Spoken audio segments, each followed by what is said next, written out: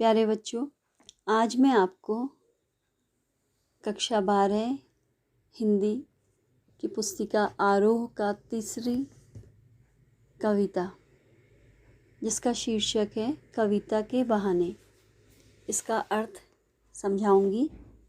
इस कविता के रचयिता हैं कुंवर नारायण। तो आइए पहले कवि परिचय जान लेते हैं। कुंवर नारायण का जन्म 19 सितंबर सन 1927 ईस्वी में उत्तर प्रदेश में हुआ था।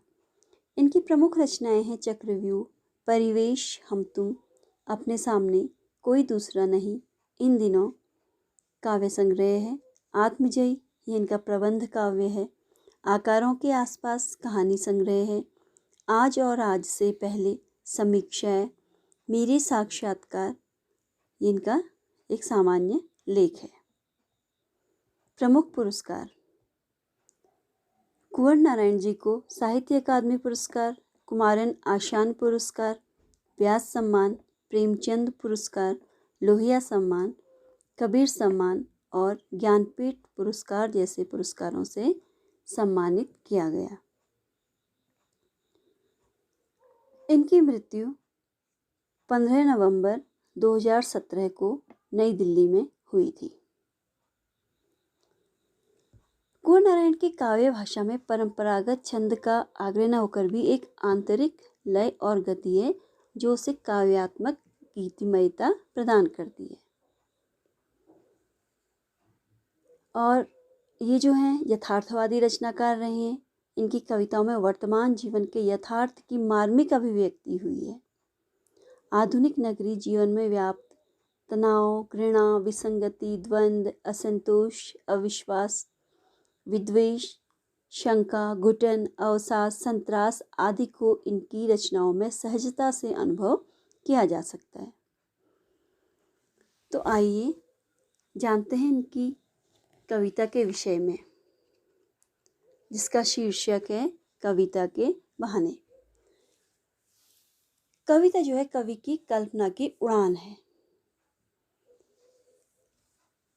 कवि ने कविता की उड़ान की तुलना चिड़िया की उड़ान से, फूलों की खिलने से और बच्चों की खेल से की है और निष्कर्ष निकाला कि चिड़िया की उड़ान और फूलों का खिलना, इन दोनों चीज़ों की एक सीमा होती है, जबकि बच्चों के खेल की कोई सीमा नहीं होती है।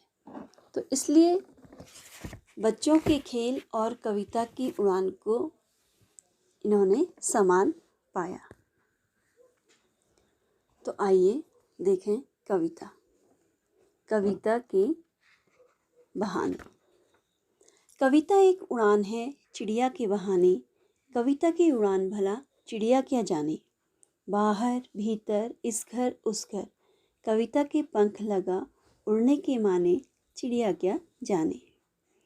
कविता एक खिलना है फूलों के बहाने, कविता का खिलना भला फूल क्या जाने, बाहर भीतर इस घर उस घर, बिना मुरझाए महकने के माने, फूल क्या जाने। कविता एक खेल है बच्चों के बहाने, बाहर भीतर यह घर वह घर, सब घर एक कर देने के माने, बच्चा ही जाने। तो पहले काव्यांश की तरफ बढ़ते हैं। कविता एक उड़ान है चिड़िया के बहाने, कविता की उड़ान भला चिड़िया क्या जाने। तो कवि कुंवर नारायण कहते हैं कि कविता की कल्पना की क्या है, एक उड़ान है, और इसे सिद्ध करने के लिए वह जो है चिड़िया की उड़ान का उदाहरण देते हैं। कहते हैं कि चिड़िया की उड़ान की क्या होती है, एक सीमा होती है। चिड़िया क्या है, कुछ दूरी तक ही उड़ पाएगी, उसका जो उड़ने का दायरा है वो एक सीमा के अंदर होगा। चिड़िया घर के अंदर या बाहर, एक घर से दूसरे घर तक इतना उड़ सकती है। जब आकाश में भी उड़ेगी तो कुछ ऊंचाई तक ही उड़ सकती है। हम ये नहीं कह सकते कि यहाँ से वो किसी बहुत दूर उड़ पाएगी। परंतु कविता की उड़ान, इस घर उस घर कविता के पंख लगा उड़ने के माने चिड़िया क्या जाने। तो कविता की जो उड़ान होती है वो बहुत व्यापक होती है, उसकी कोई सीमा नहीं होती। कविता कहीं की भी कविता आप जो है, जो अमेरिका के कवि हैं या इंग्लैंड के कवि हैं, कहीं के भी हैं, वहाँ की कविताएं तुम यहाँ पढ़ सकते हो और यहाँ के कवियों की कविताएं कहीं भी पढ़ सकती हैं। और जो कल्पना है वो कुछ भी हो सकती है। तुम जो है सूर्य की कल्पना करो और सूर्य के विषय में जो है कविता लिख सकते हो, जबकि हम सूर्य में जा नहीं सकते हो लेकिन कविता लिख सकते हो। तो कविता की उड़ान क्या है, व्यापक है। कवि के भावों की कोई, कहते हैं कि कोई सीमा नहीं है, वो किसी भी विषय में कुछ भी कितना ही जितना चाहे लिख सकता है। तो इस घर उस घर कविता के पंख लगा उड़ने के माने चिड़िया क्या जाने। तो कविता क्या है, घर घर की कहानी कहती है कि हमें किसी के विषय में कविता बन सकती है और वह पंख लगाकर हर जगह उड़ सकती है। उसकी उड़ान जो है चिड़िया की उड़ान से बहुत दूर है, इसलिए कविता की उड़ान और चिड़िया की उड़ान को हम एक समान नहीं कह सकते। कविता के पंख लगाकर कवि उड़ता है, वह इसके सहारे जो है मनुष्य के मन और समाज की भावनाओं की अभिव्यक्ति भी देता है। तो यहाँ पर कवि ने यही बताया है कि चिड़िया की उड़ान की एक सीमा होती है, परंतु कविता की उड़ान की कोई सीमा नहीं होती। फिर देखें, कविता एक खिलना है फूलों के बहाने, कविता का खिलना भला फूल क्या जाने। बाहर भीतर इस घर उस घर, बिना मुरझाए महकने के माने फूल क्या जाने। तो यहाँ पर कविता की उड़ान की तुलना फूलों के खिलने से की है। तो कवि कहते हैं उसके मन में जो है कविता जो है फूल की भांति जो है विकसित होते हैं,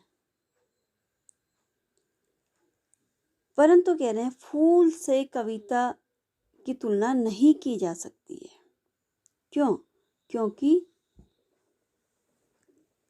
कविता का खिलना भला फूल क्या जाने, बाहर भीतर इस घर उस घर, बिना मुरझाए महकने के माने फूल क्या जाने। फूल से जो है कविता में रंग भाव आदि आते, परंतु कविता के खिलने के बारे में फूल कुछ नहीं जानता कह रहे हैं। फूल क्यों? क्योंकि फूल की बच्चों खिलने की एक निश्चित सीमा होती है। कोई फूल एक दिन खिलते हैं, कोई 2 दिन, कोई 3 दिन, कोई 4, कोई 10 दिन, ज़्यादा से ज़्यादा महीने अपनी खुशबू फैलाते हैं और फिर मुरझा जाते हैं। उनका अंत क्या है, निश्चित है।